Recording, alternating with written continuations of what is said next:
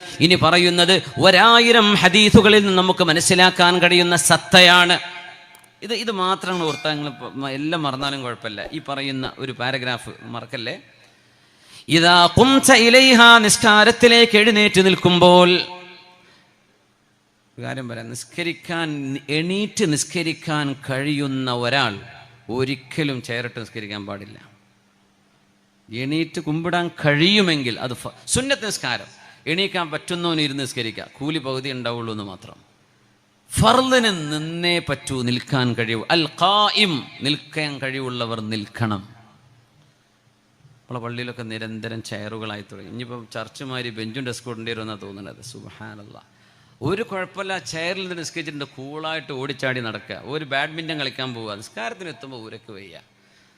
പ്രായമുള്ള ആളുകളെ സംബന്ധിച്ചല്ല പറയുന്നത്, ആരോഗ്യക്ക് വിഷമുള്ള പ്രയാസമുള്ളവരെ കുറിച്ചല്ല. ഇതൊരു ഫാഷനായിട്ട് കൊണ്ട് നടക്കല്ലേ. ഫർളായ നിസ്കാര, നിൽക്കാൻ കഴിയുന്നവൻ നിന്നേ പറ്റൂ. ഒരു രാജാവിന് മുമ്പ് പോയിട്ട് നമ്മൾ ഇരിക്കുമോ? ഇരിക്കാൻ പറഞ്ഞാൽ ഇരിക്കുമോ നമ്മൾ?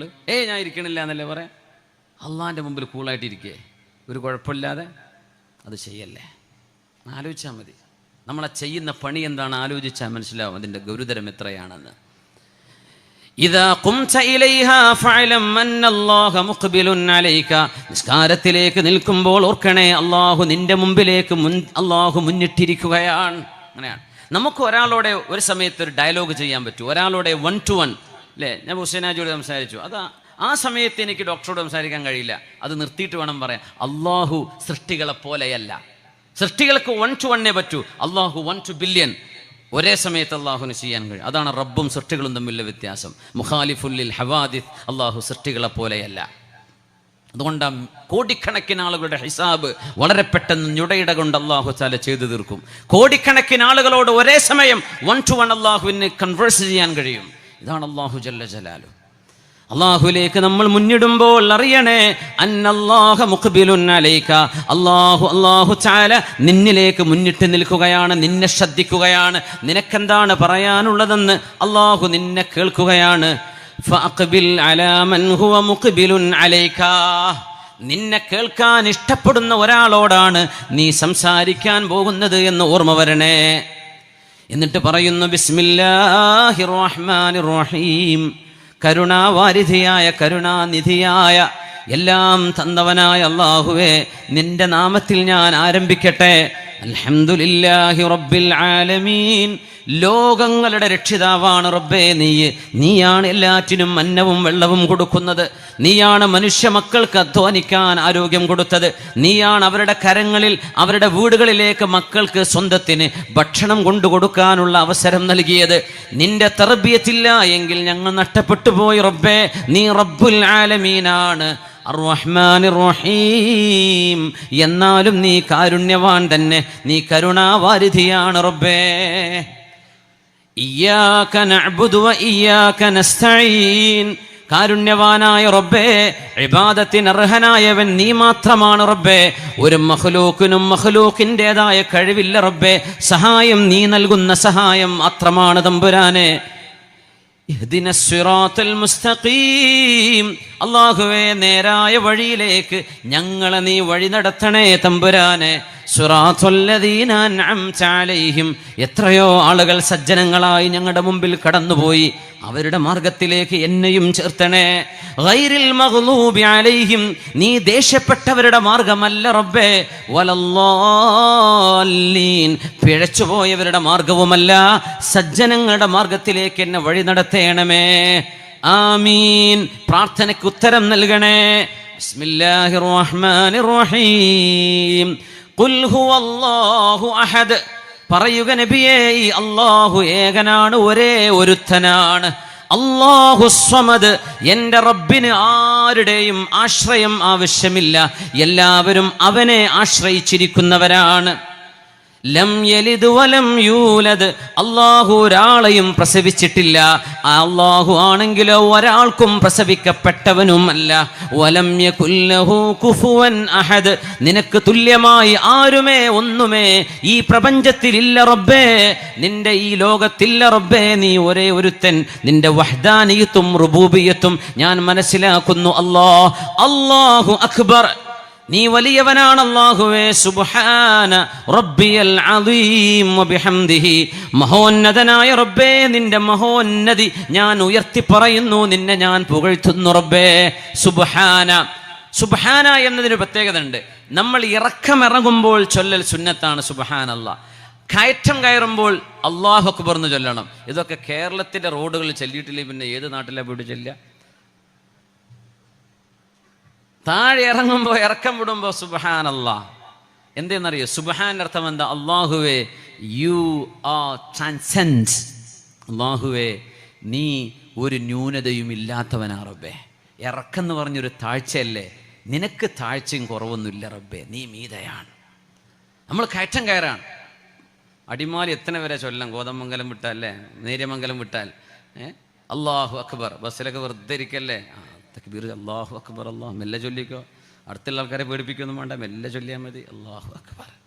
നീ വലിയവനാ റബ്ബേ. നമ്മൾ കയറ്റം കയറുമ്പോൾ മേലോട്ട് പോവുക. റബ്ബേ ഞങ്ങൾ മേലോട്ട് പോയാൽ ഇതൊന്നൊരു മേലയല്ല, നീയാണ് ഏറ്റവും മീതയുള്ളത്. അല്ലാഹു അക്ബർ. നമ്മൾ റുക്കൂൾക്ക് പോവുക, അതൊരു ചെരിവാണ്, ഒരു താഴ്ചയാണ്. സുബ്ഹാന റബ്ബേ നിനക്ക് ന്യൂനതയുടെ ഒരു വിശേഷണവും ഇല്ല റബ്ബേ, നീ മീതയാണ്. സുജൂദും താഴെയാണ്. റബ്ബേ നീ താഴെ പോകുന്നില്ല. സുബ്ഹാന നിൻ പരിശുദ്ധനാണ്. ആ രണ്ട് പൊസിഷനിലുമുള്ള ദിക്റിന്റെ പ്രത്യേകത നോക്കൂ. ആ ആശയവും നമ്മുടെ കുനിയലും സുജൂദും മനസ്സറിഞ്ഞുകൊണ്ട് നമ്മൾ അല്ലാഹുവിന്റെ മുമ്പിൽ നിൽക്കുകയാണ്. വഅലം അറിയണം ബിഅന്ന ജിഹതത് തസ്ദീഖി ലിഖൽബിക അന്നഹു ഖരീബും ബിക. അറിയണമേ അല്ലാഹു നിന്റെയോട് വളരെ അടുത്ത് നിൽക്കുകയാണ്. അല്ലാഹു മക്കത്താണ്, അങ്ങനെ വിചാരിക്കേണ്ട. അല്ലാഹുവിനെ ഒരു ഖൽഖിലേക്ക് ബന്ധിപ്പിക്കാൻ പാടില്ല. അല്ലാഹു ആകാശത്താണെന്ന് പറയാൻ പാടുണ്ടോ? ഇല്ലയോ? ഐനല്ലാഹ് ഫിസ് സമാഇ നമ്മുടെ ഇൽമുൽ കലാമിൽ, നമ്മുടെ അഖീദയുടെ ആലിമീങ്ങളുടെ ഇടയിലുള്ള ചർച്ചയാണ്. ആകാശം അള്ളാന്റെ സൃഷ്ടിയാണ്. അള്ളാഹു സൃഷ്ടികൾക്ക് അതീതനാണ്. അപ്പൊ ആകാശം എന്ന് തോന്നിപ്പിക്കുന്ന വാക്കിന് മാ സമാ വഅല, ഉയർന്നതിന് മുഴുവൻ സമാ എന്ന് പറയും. അള്ളാഹുവേ നീ ഉന്നതിയിലാണ്, അത്രേ അർത്ഥം കൊടുക്കാൻ പറ്റുള്ളൂ. എന്നാൽ അള്ളാഹു സ്പേസിലാണ് എന്ന് പറയാൻ പാടില്ല. അത് അള്ളാഹിന്റെ സൃഷ്ടിയാണ്. അള്ളാഹു അവന്റെ സൃഷ്ടികളിലേക്ക് വരില്ല. വഅലം ബിഅന്ന ജിഹതത് തസ്ദീഖി ലിഖൽബിക അന്നഹു ഖരീബും മിൻക.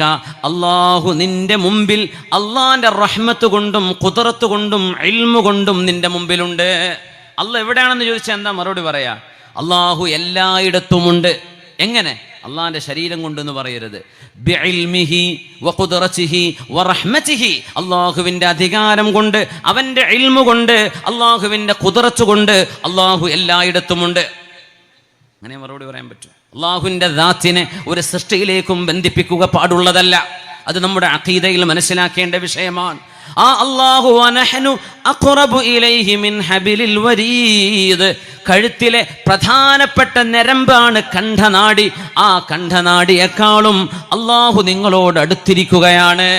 നമ്മുടെ ഓരോ മസ്ജിദിലും നമുക്ക് അല്ലാഹുവിൻ്റെ സാന്നിധ്യം അറിയാൻ കഴിയണം. നമ്മുടെ പള്ളി, നമ്മുടെ വീടുകളിൽ മുസല്ലകൾ ഉണ്ടാകാം. ഉമ്മമാരെ നിസ്കരിക്കുന്ന ആ നിസ്കാര റൂമുകൾ, അല്ലാഹുവിൻ്റെ സാന്നിധ്യം, അല്ലാഹു മുമ്പിലുണ്ട്. ആലോചിച്ച് നോക്കൂ, അല്ലാഹു അരികത്തുണ്ട്. ഖാദിറുൻ അലൈക, അല്ലാഹു നിന്റെ മേൽ എല്ലാറ്റിനും കഴിവുള്ളവനാണെന്ന ഓർമ്മയിൽ നിസ്കരിക്ക്. ഫഇദാ റകഅത ഫലാ തുഅമ്മിൽ അൻ തഖൂം. ഇത് വല്ലാത്ത അത്ഭുതമുള്ള വാക്കാണ്. റുക്കൂഇലേക്ക് പോയാൽ ഇനി ഞാൻ ഖിയാമിലേക്ക് വരുമെന്ന് നീ പ്രതീക്ഷിക്കരുത്. യാ റബ്ബ്, പടച്ചോനെ, എന്താ നമ്മളൊക്കെ പ്ലാൻ ചെയ്യും, നമ്മൾ ഡേറ്റ് കൊടുക്കും 2-3 കൊല്ലപ്പുറത്തേക്കൊക്കെ. ആരുണ്ട്, എന്തുണ്ട്, അല്ലാഹു അഅലം. ഞാൻ പറയാറുണ്ട്, ഡേറ്റൊക്കെ ചോദിക്കുമ്പോൾ നമ്മളുണ്ടോ ആരുണ്ട് എന്ന് അറിയില്ല. ഇനി ഉണ്ടെങ്കിൽ തന്നെ നിങ്ങൾക്ക് എന്നെ പറ്റുമോ എന്നറിയില്ല. ആയുസൊക്കെ ഉണ്ടെങ്കിൽ നമുക്ക് നടത്താം, അങ്ങനെ പറയാം. എന്നാലും നാണക്കേടാണ്. ഉസാമ റളിയല്ലാഹു അൻഹു 2 ആഴ്ചത്തേക്കൊരു സാധനം വാടകക്കെടുത്തപ്പോഴാണ് നബി തങ്ങൾ പറഞ്ഞു, ഇന്ന ഉസാമാല തൊവീലുൽ അമൽ. ഉസാമയുടെ ആ ഒരു അത്യാർത്ഥി വല്ലാത്ത 2 ആഴ്ച ജീവിക്കുന്നല്ലേ ആ പ്രതീക്ഷിച്ചത്. സുബ്ഹാനല്ലാഹ്, അഫാനല്ലാഹ്. അല്ലാഹു നമുക്ക് പുറത്തു തരട്ടെ. എന്താ ചെയ്യാം? ഫഇദാ റകഅത ഫലാ തുഅമ്മിൽ അൻ തഖൂം. റുകൂഇലേക്ക് പോകുമ്പോൾ എഴുന്നേൽക്കുമെന്ന് നീ പ്രതീക്ഷിക്കല്ലേ. വമസ്സിലിൽ ജന്നത അൻ യമീനിക. ഇത് എളുപ്പമാണ് ചിന്തിക്കുക. നമ്മുടെ വലത് ഭാഗത്ത് സ്വർഗമാണെന്ന് നിങ്ങൾ ചിന്തിക്കണേ. വന്നാറ അൻ യസാരിക, ഇടത് ഭാഗത്ത്